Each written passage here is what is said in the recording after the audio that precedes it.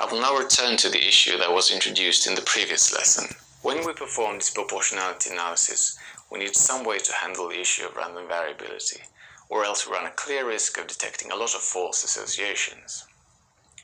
To be able to tackle this issue, we often create decision rules for our disproportionality measures that tell us when we should consider a drug-event combination disproportionately reported. And these rules all have built-in protection against this issue of random variability. For the IC, we often write like this: IC of 25 greater than 0. But what does that mean? Well, the IC of 25 is nothing but the lower end point of a 95% uncertainty interval for the IC that we explained in the previous lesson. And if you recall this specific example we were looking at there, we had two drug event combinations, one with 2 reports and one with 20 reports. They both started out at the same value for the relative reporting ratio, and then we computed IC values with the shrinkage and with the uncertainty intervals.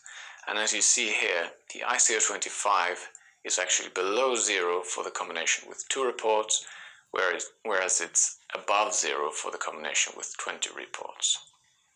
Please note that if this value is indeed above 0, this just means that we're highly confident that we have observed more reports than can be reasonably expected in our database. It does not mean that there has to be a causal link between the drug and the event.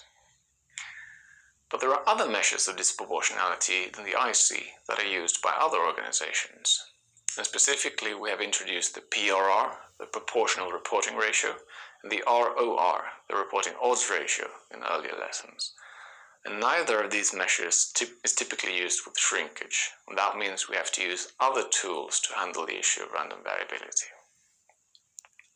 Decision rules for PRR or ROR tend to become a little bit messy because they often contain several conditions that have to be fulfilled at the same time. One condition that is typically always there is that we put a requirement on the number of reports for the drug event combination, and that requirement is often set at 3 or 5 reports. And this condition kind of makes sense because, as we have seen earlier, the issue of random variability is most prominent at low numbers of reports. In addition, these rules often contain 1 or 2 more conditions, and those conditions can be requirements either on the value of the PRR or the ROR itself, or they could apply to uncertainty intervals around those values, or they could apply to some kind of statistical test. Now, there are too many variations of these decision rules for PRR and ROR to cover them all here, but I will present one specific example to make it hopefully a bit clearer. And so this specific decision rule that we're looking at here is for the PRR, and it has 2 components.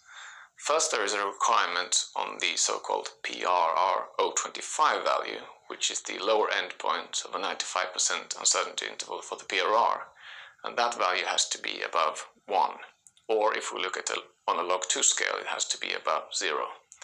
The second condition in this decision rule is that we require at least 3 reports on the drug event combination.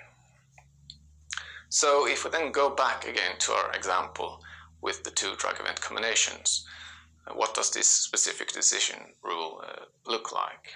Well, the PRR values themselves are basically the same as the relative reporting ratio values that we computed earlier, so they're just above 200 or about 8 on a log2 scale. As I said earlier, with the PRR there is no shrinkage, but we can add 95% uncertainty intervals.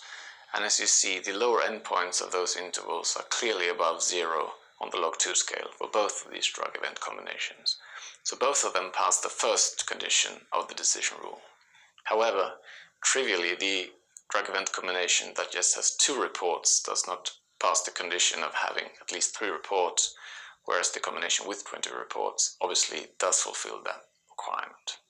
So in this specific case, with this specific PRR decision rule, we get the same result in the end as we did earlier with the IC. But of course, this will not always be the case.